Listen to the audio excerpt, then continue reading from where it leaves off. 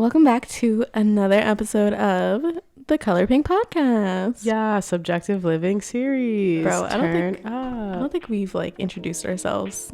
This voice is Sydney. Oh, great point. This voice is Hallie. We're just one energy right now. That's what the main point is. And just faithful that people know who we are. Yeah. Well, now that we've done introductions, let's introduce the series, which we have done. Yes, we have. We have managed to do this.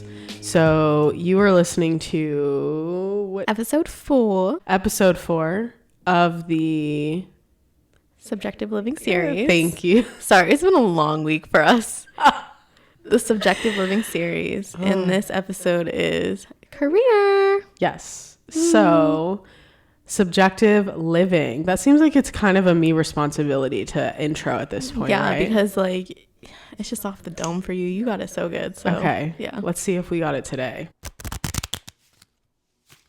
So, subjective living.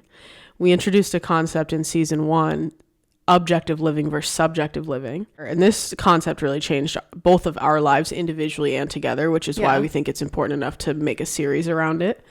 The concept there is that there are objective bests being sold to us and told to us, and very often in sneaky ways. So they're like getting deep into our minds, our subconscious minds, our hearts, our souls, and we're believing them as truths about the objective best way to do things, like sneaky things you never even considered. So like who I should be friends with, exactly how I should look and not look, how I should think, how I should feel, where I should work, why I should work there, like just all these things. You're like, yeah, there's obvious messages there, but there's a lot of non-obvious messages there. Yeah, a lot of subliminals. Exactly. And when we kind of juxtaposed the rules of objective living and the results they created with what would be the exact opposite, which we now call subjective living, we realize like, oh shit, like the idea of crossing the line from objective living to subjective living and living that way is actually wild. Yeah. Like transformational. And so this series, as you probably know if you listened to the entire series so far, is about 6 of those areas where objective living like takes a hold of us and ruins our fucking lives. Yeah. 6 of those areas that were sneaky or surprising to us, and we had to really sit down and reflect and think about to be like, yeah, dude, this is an area where objective living is fucking us up. Yeah. And where we could really benefit from subjective living. So career is another one. Yeah. I feel like this is one of our less surprising topics, but still super insightful, because I think, just super insightful, because there's ways that you can go about your career that are kind of forced on us by fucking Henry Ford. She fucking hates that guy. No, I really do. How you feeling today, Sydney? We don't want to answer that question. I can answer it in 3 words. Fuck Henry Ford. Period. Let's talk about career. Yes. When I say the word career, and I try really hard not to, I get gross feelings in my body. I want to become a turtle and just like back into my shell. It's just like such a cringe concept. Yeah. So how does the word career make you feel? Well, actually, first we should introduce the idea that we planned this episode when we were living different lives. Yes. We planned this episode when we were living very different lives. We each had completely different jobs. So completely different mindsets when it came around career too. Yeah. Oh yeah. Yeah. So a lot's changed, but a lot has changed. So you might hear us going back and forth between like, well, when we planned this episode when I was in this situation and now. Yeah. Right. Okay. So when I say the word career, it makes your eye go, but how does it make you feel? What comes up for you when I say the word career? Instantly, I just feel like my breath is being restricted. Like, I'm so serious. Yeah. There's a lot of things that I'm working through when it comes to career personally. Like, it's just an area of life that I'm not super comfortable with yet. And I don't think I've completely defined it the way that I want to define it yet. Yeah. So, just a lot of like, a lot of anxiety, a lot of like, don't want to talk about that, a lot of like, I'm fighting myself dissociating right now, just great things. What about you? No, that's fair. Yeah. That's fair. I mean, I've never liked the word career. Yeah. I've never liked it. It's always given me the ick. So I'm like, I didn't like it then. I don't like it now. Yeah. You know? Yeah. But I took notes when we were originally talking about this, and my notes are not as hilarious as Sydney's. No, but hers are better. So, so we're a good pair. Together we make it happen. Yeah. And some of the feelings we were describing, first and foremost, resistance. That's what I'm feeling right now. Apprehension. Embarrassment. I just want to go under the table. I know. No, seriously. It's so bad. Guilt. Unenthusiastic, restricted, over it, disempowered. And then here's where the good quotes come in. And a lot of these are yours. Bro. So when you're not busy being funny, you're busy being brilliant. Thanks. You're welcome. Devoid of possibilities. Yeah. No space for my entirety. Yeah. Like my career doesn't even belong to me. Yep. And I feel like I don't belong in it. Yeah. That's so sad. Bro. And so accurate. I'm pretty sure we're going to talk about this, but we both went to a business school where like it was sold to us. Like we had #1 career services in the country, which I'm sure that's true. But like it was like really like hammered into us. Like your career is everything, is absolutely everything. And so like our school is like this fucking little Henry Ford fucking factory of like creating all these little perfect employees.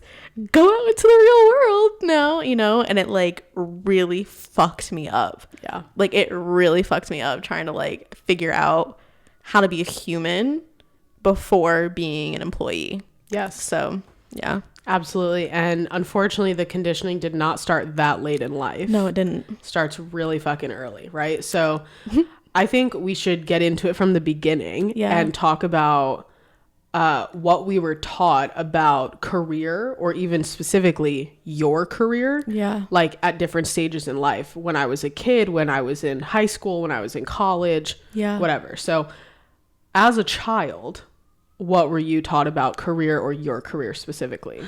So my dad isn't an immigrant, but his parents were. So he was first generation. My mom is an immigrant, so I'm first generation on that side, I guess. In my family, the people in my family who've come over as immigrants, they haven't really had a choice when it comes to career. You know what I mean? Like they didn't come over with degrees. They were working in factories. They were working like blue collar jobs. Like they were literally just working where they could get a job to support their family. You know what I mean? So like, I think for my dad, a really big piece of like his personal journey and how he was able to kind of like level up from his childhood situation was his career. So that, how do I say, that shaped a lot of like what I was told about career growing up. My dad, I think, took on his career as his personality, like his identity, maybe? Exactly. Yeah. His identity, who he was. So it's like, it was always taught to me that career was my path to like success. And that's how I was going to be able to have a nice future and like do all the things that you're supposed to do in life. And like, also that's how I was going to figure out who I am, is through career. So like for me, like I was kind of told that like the only things you really want in life are things that you'll get through your career. If not entirely through your career, you'll find them somehow through your career. When I was younger, there's literally a video of me when I was like 6 years old probably. And my parents are asking me, what do you want to be when you grow up? And I was like, I want to be a million bajillionaire. And they were like, oh my God, yay. And so like there was this constant theme that like as I expressed interest in having a career when I was younger, like I wanted to be in business, I want to do this, I want to do that, that was reinforced and that was applauded. And so over time it definitely made me want to identify as being a career girly, you know what I mean? Like I remember, this is so embarrassing. That's what we do here, say embarrassing shit so that we can all better ourselves. This is so embarrassing. So freshman year orientation, maybe you'll remember me from this. This is so fucking embarrassing. Do you remember like we're all like Diwali and like this? Yeah, I know the auditorium you're referencing. So we were in that auditorium and there was like a life coach that was there. Ed Garrity. There we go. And he was like, I want you guys to get up on stage and say what you want. And I was like, I want to be the CEO of a Fortune 500 company. Why would I ever fucking say that? And all the Bentley people. I know. Right.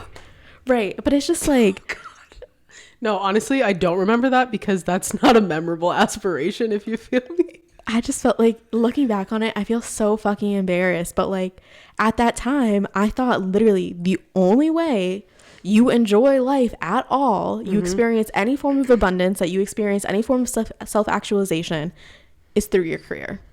And that was problematic. Not fun, but it makes for great content. I didn't have fun either. 20 years later. It's true. We talk all the time about how we are very different in the right ways and lived very different experiences in ways that make for good content 20 years later. I had a completely different experience growing up. For me, it was sold to me that, I mean, kind of similarly, career was like a deciding factor in how you belong in society and how good your life is or isn't. And there was this like really clear hierarchy of ways to do things and belong in society that was clear in my house. And I bet my brother and sister would say they have the same understanding, which is that there are people who do jobs, there are people who have careers, and then there are entrepreneurs. People who do jobs are the worst. Don't quote me on that. That's what I was being messaged, right? Which is interesting because both of my parents did jobs and still do. My mother has run a home daycare in our house, which technically is entrepreneurship, but they never pitched it that way because it's not like this like lucrative, constantly accumulating more wealth type of situation. It's like each kid pays me this much. Well, the kids don't pay her, but you know what I mean? And my dad was a city bus driver and still is, you know? So it's like they were clearly, even according to their own hierarchy, at the bottom, people who do jobs. Then there's people who like go to school and have careers, right? And I knew this because, the accountant has a career and your uncle has a career and whoever, you know? And then there were the people who sat at the top, the entrepreneurs. And this is why I was allowed to get my bedtime extended to watch entrepreneurship related TV shows, right? Shark Tank and embarrassingly The Apprentice, which is a decent show led by a terrible person. And then there was a Martha Stewart version of The Apprentice. Did you know that? Oh, wait, I did. Yeah. That was the clear hierarchy. And the expectation was that Hallie's intelligent enough to be an entrepreneur. Other people held me to this expectation and placed me above a job or a career. And so I had all up in my identity that I have to be an entrepreneur, but I don't know how it's going to work. You know what I mean? But I had this idea that I needed to be impressive. I needed to maintain my impressiveness. So anywhere I go, I can't have anyone reduce me to a career or a job. And I hustled for that like extra impressive status. Everyone would believe in me as an entrepreneur. I mean, for 20 years, I thought that was my goal, just like you thought CEO was your goal, you know? And it wasn't.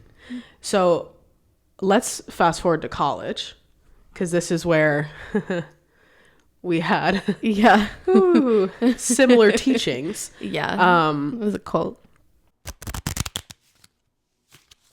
So you mentioned like in freshman orientation at the very beginning, what your understanding was of career and your career, but how did that evolve or change or stick throughout college? I think it was just more reinforced. It just became a lot more strategic at Bentley. Think about it. Like freshman year, we had like a career services class. Like we had, what was that class that we took with, it was a career services. Oh, is it the one where you make your LinkedIn on the first day? Okay. Again, I don't know what it's called, but I know the one you're talking about. It was like ID 101 or something like that. I don't know. So it was just reinforced. It was like literally like we're coming in as freshmen, and it's like, you got to create day one LinkedIn profile.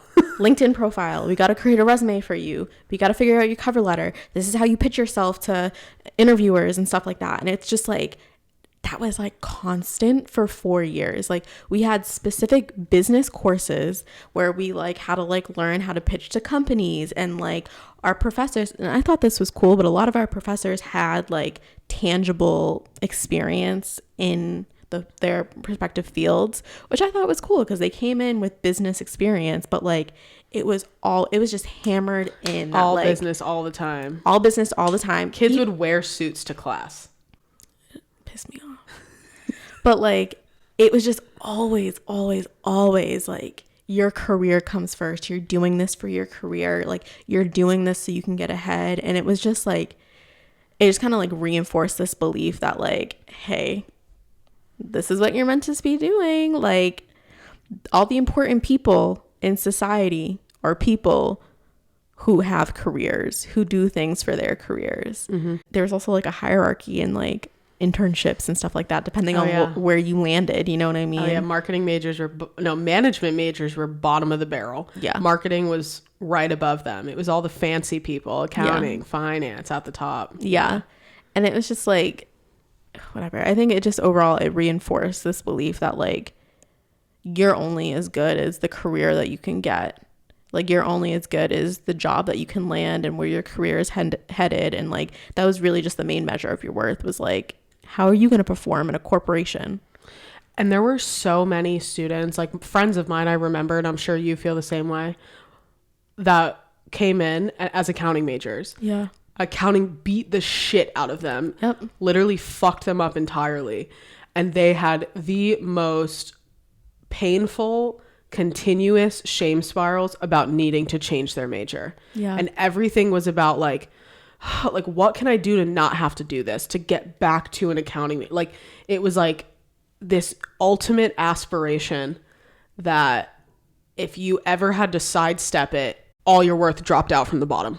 Like, that's exactly how it was for people. Well, I'd also like to talk about how intense it was. So we had 2 freshman courses called, oh my God, GB 112 and 212.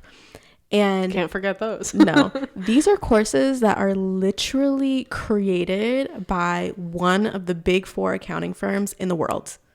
Like, these are accounting firms and consulting firms, because they also do consultants, that like are literally doing shit for like Alphabet or doing shit for Apple. Like, these major fucking companies, bro, like big ass fucking companies. They're the ones who are creating our textbooks and like our intro freshman courses. Yeah. Because like what they want is that they want to get like the cream of the crop. They want to be able to hire you. And like the way it fucking reinforces that so many people end up dropping out of our school after taking those classes because they couldn't deal with it. They were like, if this is what the school is going to be like, we're out, you know? And it's like, it's fucking crazy. It's really fucking crazy. And it just kind of like reinforces this belief, like, or this like standard that like, if you can't keep up with this, you're not meant to be here. Correct. And like, imagine what that does to an 18-year-old psyche, bro. Yeah. And an 18-year-old who, like, okay, me, for example, I went to a high school where we didn't have business courses. My understanding of business was Shark Tank. Oh my God, it's so fun. People are all enthusiastic. And the first class I was in at Bentley was GB 112. And I vividly remember leaving that, going right to my dorm room and crying. I was like, I had no idea that this is what business means here. I had no idea. None. It's insane. It's literally insane. Yeah. Once again, different experiences, but both tell a good story. Yeah. I already felt... I hate to say it, but I didn't create this, but above a career, right? Yeah. So I was going to school. I didn't want to go to college, but an uncle of mine told me, you should go to college until you have a better plan for entrepreneurship, which you love so much, right? Yeah, I love it so much. You should go to college until. Yeah. Okay, fine. So then my goal was, I'll go to college, but my new goal and my entire identity is centered around the fact that I'm going to be a dropout with a success story. So while I was there, I was already like, fuck a career. You know what I mean? Yeah. But not because I was doing subjective living, but because I was like, well, career's not what I'm going for. I mean, I was anti-career from the beginning. So you saw behaviors in me in college that didn't make sense to other people. First of all, a lot of people were like, why are you even here? Right? I seemed like more creative, more artistic. They're like, why aren't you in art school? And I was like, well, I wanted to be, but my parents didn't let me go. She wanted to go to RISD, y'all. Yeah.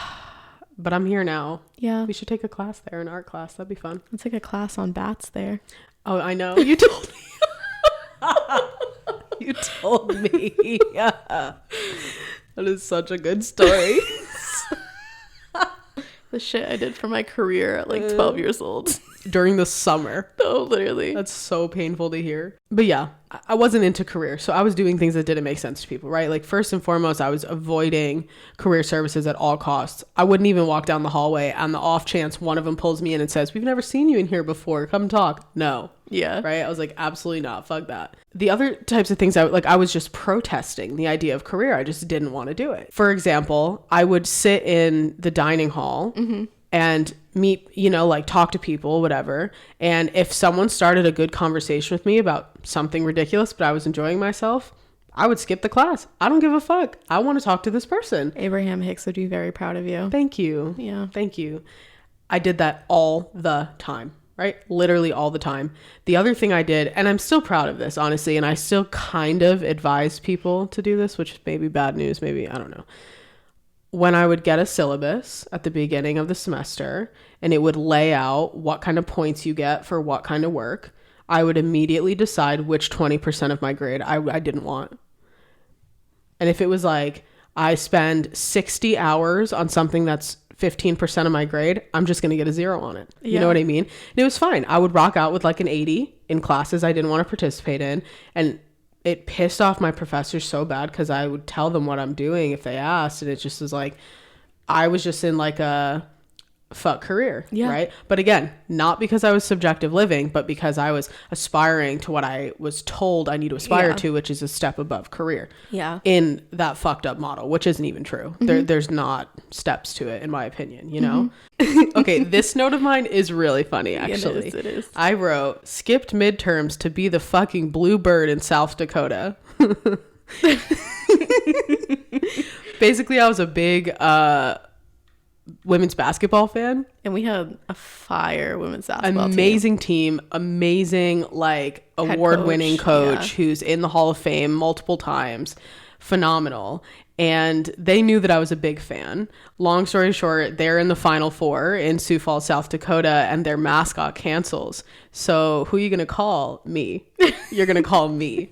And I'm going to go to South Dakota with you and dress up like a bird in the Final Four and be the mascot instead of take my midterm exams. And it was a phenomenal decision. And I didn't hesitate to do that because I was on some fuck career shit. You know what I mean? It worked out well. Yeah. What about post-grad? Ooh.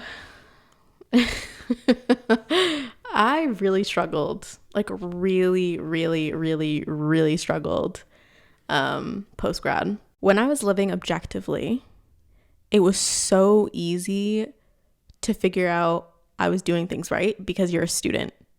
Your grades will tell you if you're doing shit right. You know what I mean? Mm-hmm. And it's like when you're young, it's so much easier for like people to be like, oh my God, you're this young and you're doing this. You know what I mean? Like there was just a lot more affirming pieces to life that disappeared post-grad.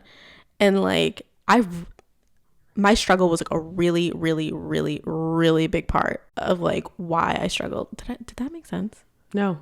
Try again. Okay. My career was a really, really, really big part of why I struggled post-grad. Because like you're told, like, at least for me, I was told like, hey, your career is how you get all these things. This is how you're going to be successful. This is this is your purpose. You know what I mean? And like I found literally life was just so fucking hard, bro. I mean, life still is hard, but like, oh yeah, just like completely just drained. Like I felt like you get caught in this loop of like, you go to work, you come home, and that's it. I was absent-minded those hours that I wasn't in work, and when I was working, it was fucking agonizing. And so at first I thought, okay, maybe it's just the job. Maybe it's this job. You know what I mean? And so I kept switching jobs. I switched jobs like 3 times. And then I realized, oh no, it's the entire fucking corporate structure, which is why I say fuck Henry Ford. Because I read a book that says that like basically our entire society, like America's entire society and the way we do things is built up so that we're conditioned to work 8-hour days and contribute to capitalism, which is why I say with every cell in my heart, fuck Henry Ford, bro. You already know if we ever make merch. Yeah, that's going to be where it starts. Exactly. And so, yeah, now I know it's the entire corporate structure. Like now I know like yo, like, I don't necessarily want to participate in this to the extent that I was. Like, and this is something I still struggle with. It's like, I need to work so I can pay my bills and live a life that I want to, like, live, you know, quality, or attain a certain quality of life. But shit's fucking hard. I remember this hit me like a ton of bricks one day. My dad had a friend who never seeked a promotion. Like, he got into the job, stayed at that level his entire career, like 25 years, retired, right? And I thought that was always so fucking wild. I'm like, yo, why isn't this guy getting a promotion? You know what I mean? Like, why is he just staying at this level? Like, my dad was a police officer, so it was like, why is he just staying a patrol officer? Like, why isn't he becoming a lieutenant, like a sergeant, whatever, you know what I mean? And then it fucking hit me, because this guy valued things outside of his career. Like, what a concept. And I was like, bro, I always used to judge this guy, and now I understand this guy. Like, I don't want to pour into my career like that, because 9 times out of 10, I'm not really getting shit back. I'm not getting shit back. And so I have this note of this analogy here, so I'm going to give it. It's a good one too. Before subjective living, I felt like I was in the woods and someone threw me a rope and pulled me along to each job, but I was still in the woods regardless. Like, I was like, okay, I just need to find a new tree. No, it was the problem that I was in the fucking woods. And I always felt the solution wasn't that I need to get out of the woods, but I need to find the right tree. And now I'm realizing, nah, I need to get out of the fucking woods. Yeah. I need to get out of the fucking woods. Like, it is a prison. Yeah, you remain freaked out, under-resourced, in defense mode, on high alert when you're in the woods. Yeah. It doesn't matter which tree you're hugging. Exactly. Because it's like, I think especially in my line of work, it can be a little bit traumatizing. I work in supply chain. And if you know anything. Supply chain girl. Yeah. If you know anything about supply chain since the pandemic, like, no one paid attention to supply chain before the pandemic. And now all of a sudden it's, what's all our issues? What's going on here? And I work specifically in logistics, which has been a mess too. I think that's like 10% of shaping what I think about career now and how I feel about career now, but still an impact nonetheless. Once again, different experience, but same amount of bullshit, right? So when I felt the pressure, right? I'm like 3 months out from graduating. Yeah. And I was like, fuck, I am no longer going to have the opportunity to walk around with my middle finger up and be like, fuck a career, right? Like, I'm about to graduate into the real fucking world. Yeah. I can't just walk around life like that, right? So I began figuring out what I could do to delay the onset of a job. I did not, my whole goal was to not have a job. And I actually like gave a speech at the end of senior year about not wanting a job. Yeah. Like, my identity, like, I just had to hold on to it. I didn't know what else to do. You know what I mean? I had to hold on to it.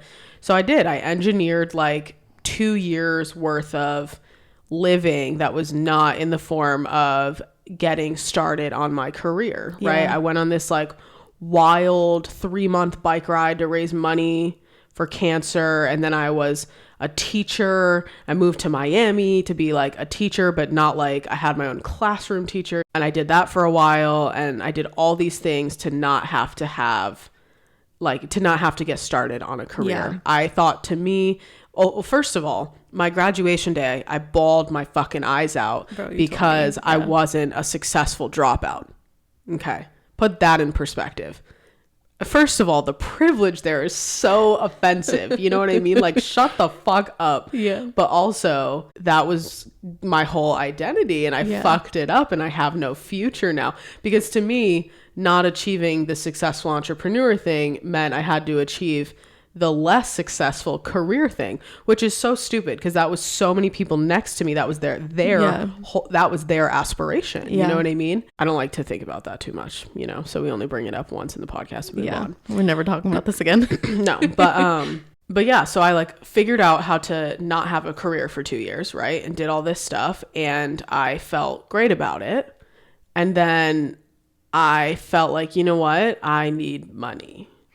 I live in Miami. I don't like it, but I live in Miami and you need money to live here. So I was like, let me go see if I can get an interesting job. And I found an interesting job that was a lot less interesting than it looked. And so it turned out to be pretty much, it followed the rules of a corporate career company. Yeah. Absolutely shriveled the fuck out of my soul. Like, done, gone.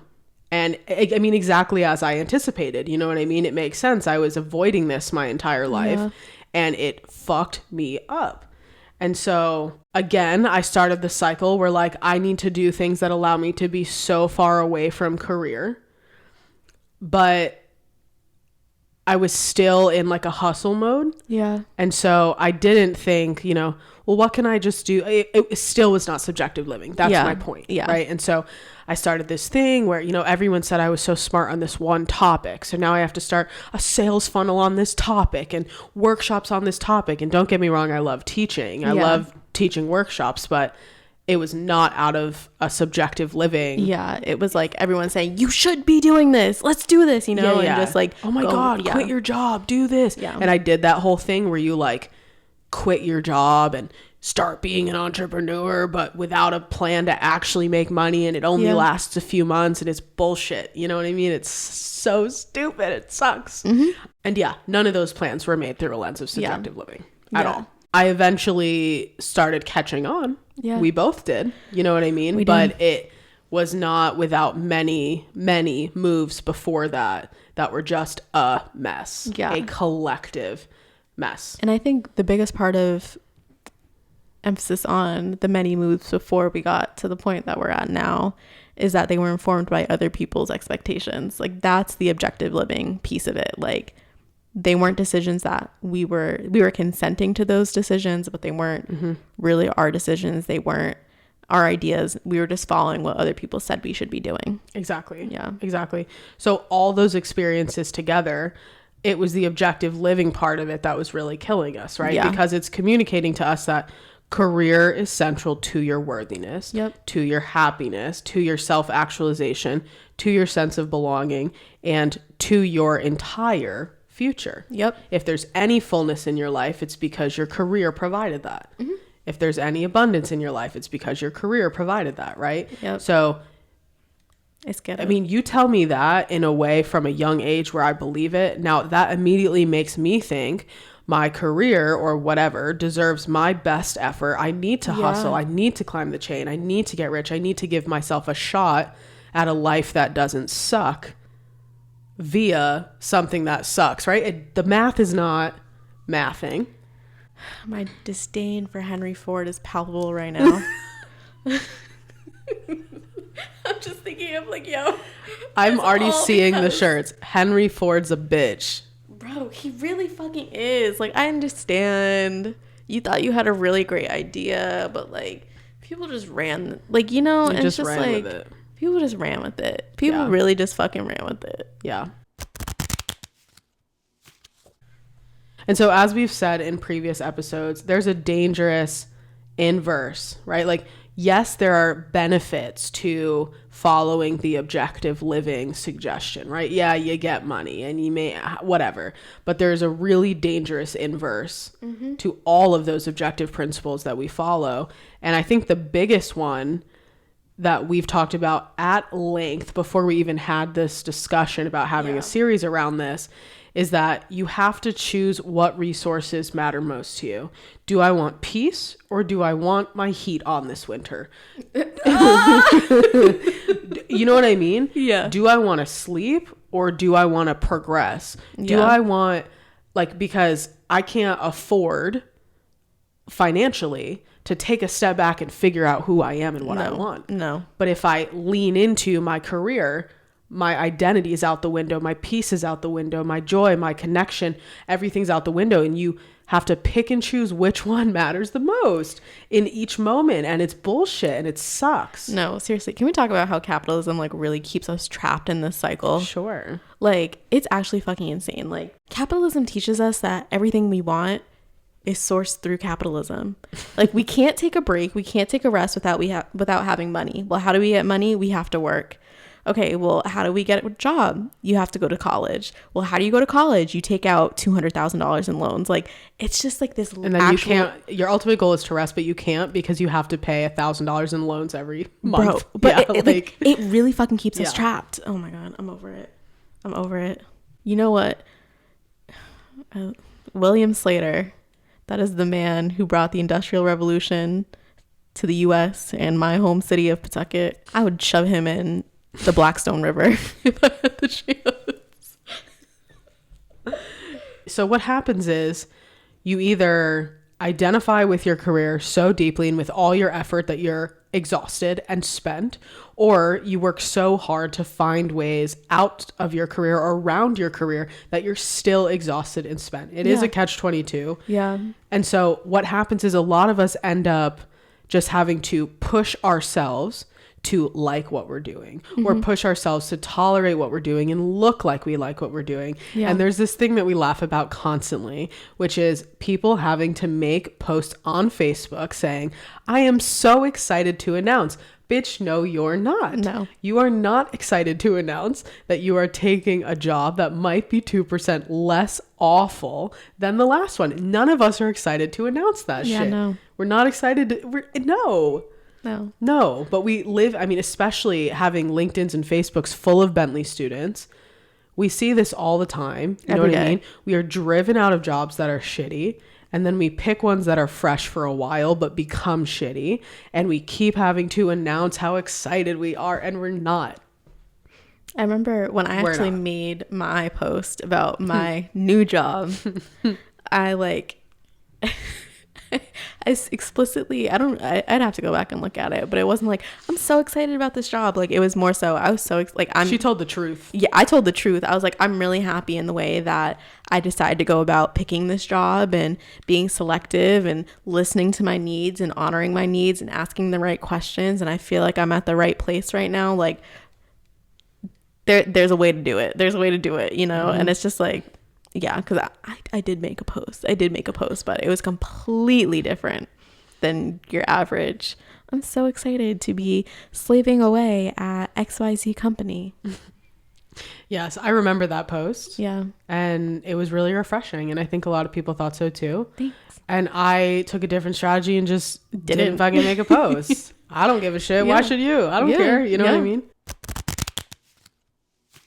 Have you, well, the answer is obviously yes if we're making an episode about it, but I assume you have begun making a shift from objective living in your career to subjective living in your career. Is that a safe assumption? Oh, 1000%. Okay. Could you tell me what that looks like or what that feels like, or like what fundamental beliefs have changed?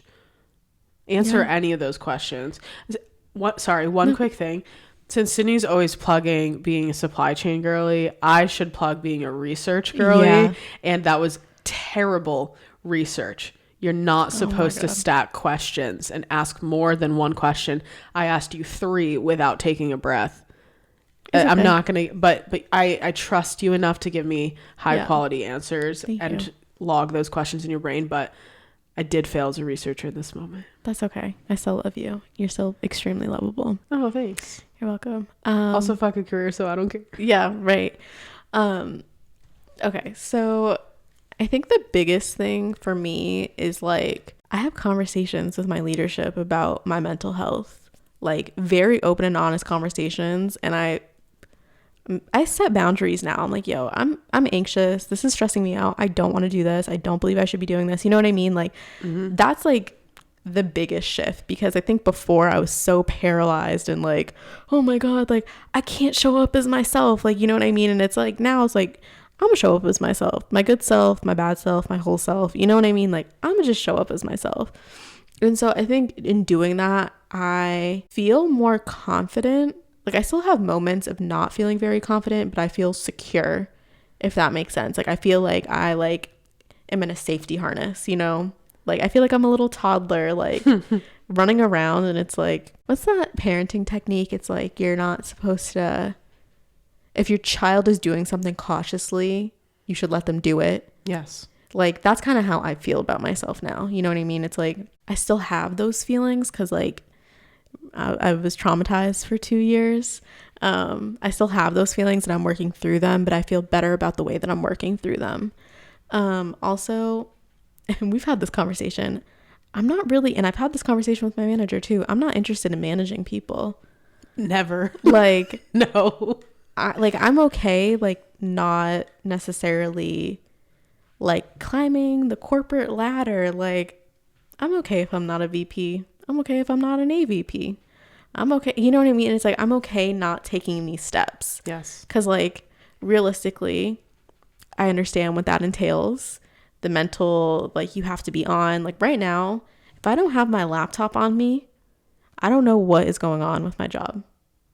If my laptop is not on, I don't know what's going on. And I love that. You know what I mean? Yeah. I would like to keep that. Like, I like having peace in my life.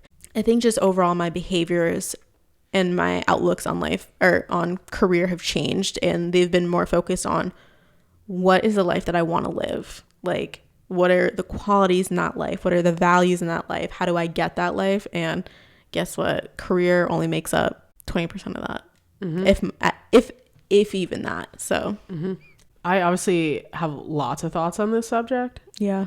And I think we'll get into them a little bit later because I'm going to ask you your hot take on career, and I'm going to share mine, and it's probably going to be a fucking rant. Oh, okay. But one foundational belief that, or maybe not a foundational belief, but a driving question for us has changed in the same way. Mm-hmm. And it used to be, how do I achieve what I want through this job, right? Yeah. Through this career. And I think now we both have a driving question, which is, what are things I want more than I want a career?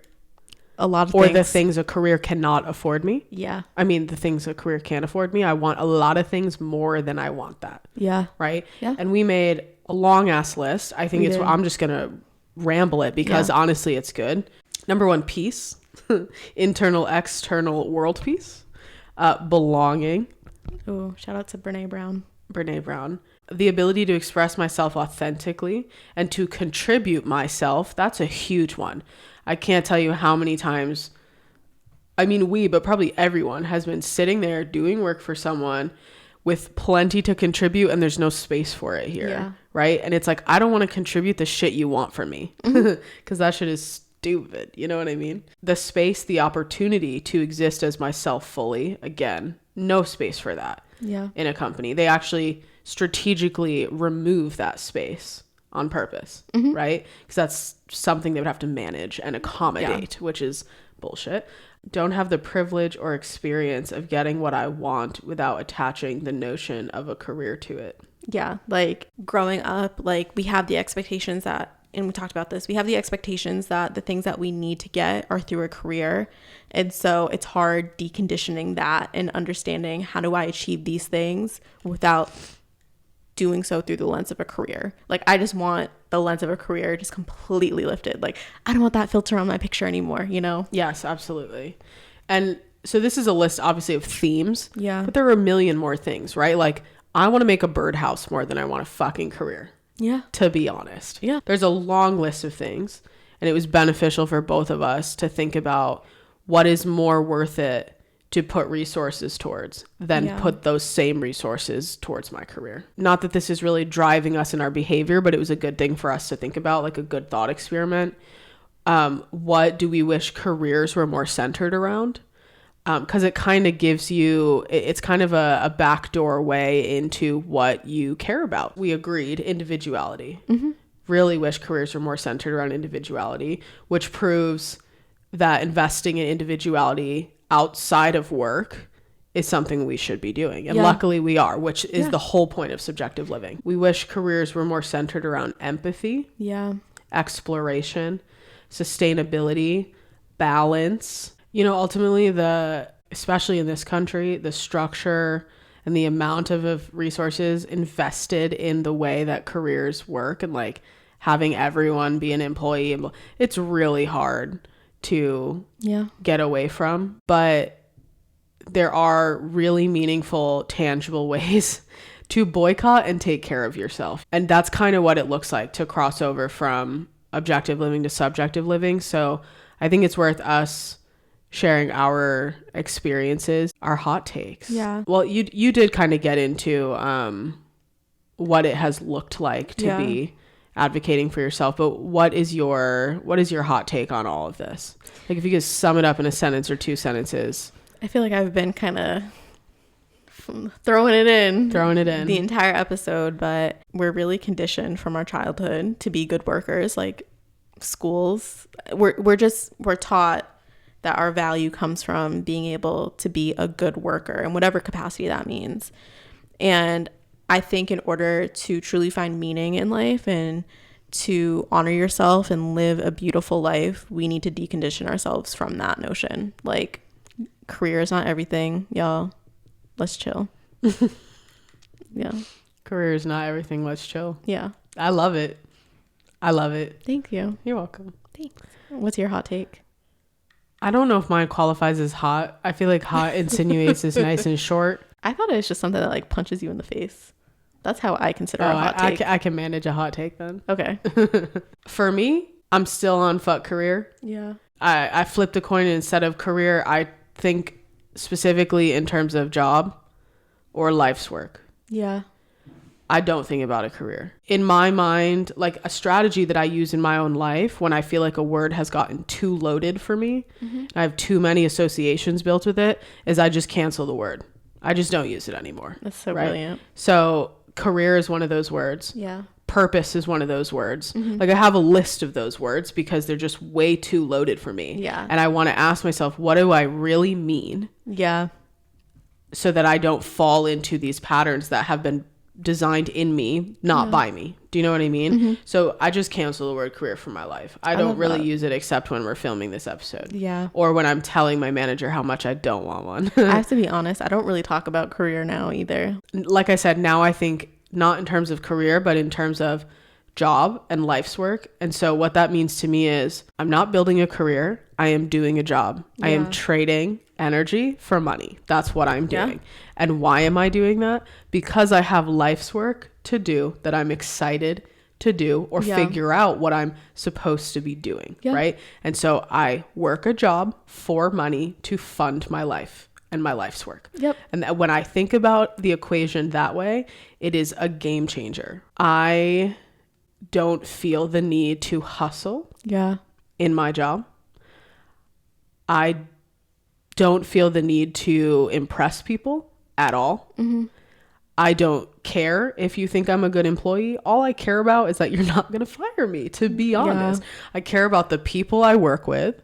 So sometimes, yes, I will be but I'm never focused on being a great employee. Maybe a great teammate, a great person. I do not sell my soul to this company, and I do not wrap my identity up in how well I do here. And similar to you, I am never interested in managing people. Absolutely not. And I am a lot like your dad's friend. I am not interested in promotions. Yeah. No, I'm just not. I do not want to hustle here. Yeah. I want to, and this is another thing. I don't care to aspire here either. Like, I came in knowing my skill set and knowing I can do this. And honestly, I would prefer to take jobs below my skill set threshold. Yeah. Honestly, because I would literally undersell myself to be in that position so I don't have to, you know what I mean? Well, I think something that my therapist always tells me is like, just do the job.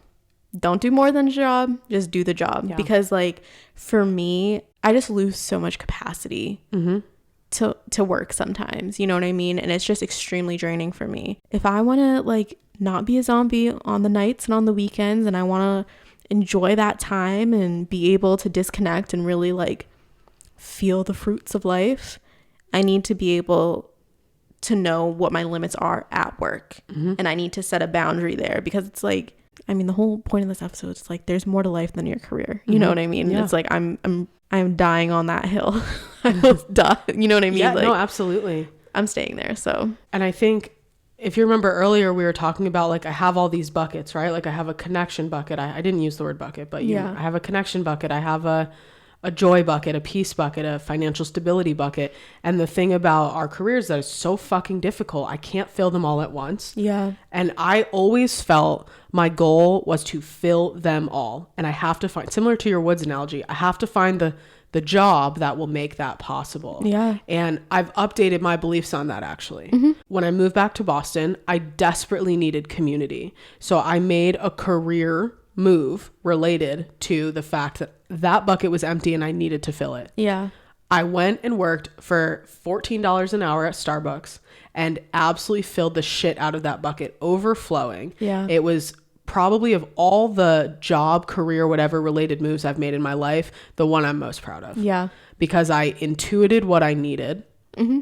And I made a move that made it happen for me. Yeah. You know what I mean? Yeah. And I knew when it was time to go. I knew when that bucket was filled, and now I need money to fund my creativity and to pump life into all of the things I figured out about myself. Yeah. When I was working a very simple job. Because think about it, that job, I worked 25 hours a week, never took work home with me, had a great time while I was there, got my exercise. It accomplished so much for me. Yeah. That my capacity was through the fucking roof. Yeah. The only thing I wasn't getting out of that job was real money. I lived so much life that year. Mm-hmm. You know what I mean? I learned so much. I lived so much life, and I rejuvenated not 9 out of 10 buckets that I have. Yeah. You know what I mean? Yeah. I was most proud of that career move by far. I love you know that. what I mean? So now I no longer feel the goal is to find a job that can fill all these buckets. It's to be in touch with myself and make the moves that make sense based on what I need right now. For sure. If I can add something about kind of my own work experience, I think for me now, I definitely take advantage of opportunities that I have to demonstrate my growth for myself. My last few jobs have literally traumatized me. Yeah. And so it's definitely impacted my confidence and just my outlook on life. So now I find, okay, I have opportunities to show up for myself, to show hey, this is not a belief that you need to have. This is a belief that you can update. This is a belief that you can get rid of, whatever it is, And so now it's there are moments where I am shining at my job, but I'm not shining at my job because I want to impress other people. Mm-hmm. I'm shining at my job because I want to prove that to myself. Mm-hmm. And it's I think we talk about this a lot too with subjective living and objective living. You can be doing the same thing, exactly, but for two different purposes. Mm-hmm. And I think that's a really good example, personal example of my own, that it's hey, I'm doing the same shit that I was before, but completely different reasoning. And I'm filling way more buckets doing it my way instead of trying to appease other people. So, okay, I know that was really long, but my actual hot take is that career is a construct. It is. Capitalism is a construct. It is. What is my career? That is not a question that you have for yourself. It is a question capitalist America has for you and has told you is your own. Yep. That is my hot take. Yep. Reject the word. Kill it from your vocabulary. Mm-hmm. Kill the notion that your the grandness, the fullness of your life is directly related to a career or only possible through a career. Yeah. It's not accurate.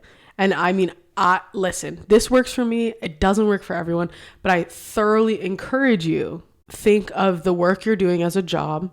You're trading energy for money, and you're using money to live your life and do your life's work. You know what I mean? That, I believe that change in the equation, that change in mindset will be the reason I live a much fuller life. A much fuller life than career ever promised me. Yeah. Period. In wrapping up. Yeah.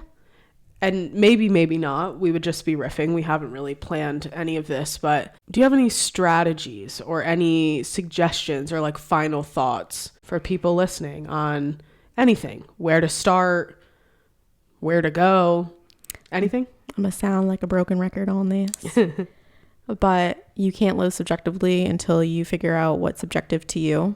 So really spend that time with yourself. Just reflect. Highly, I personally just don't believe you can reflect enough, depending on the topic.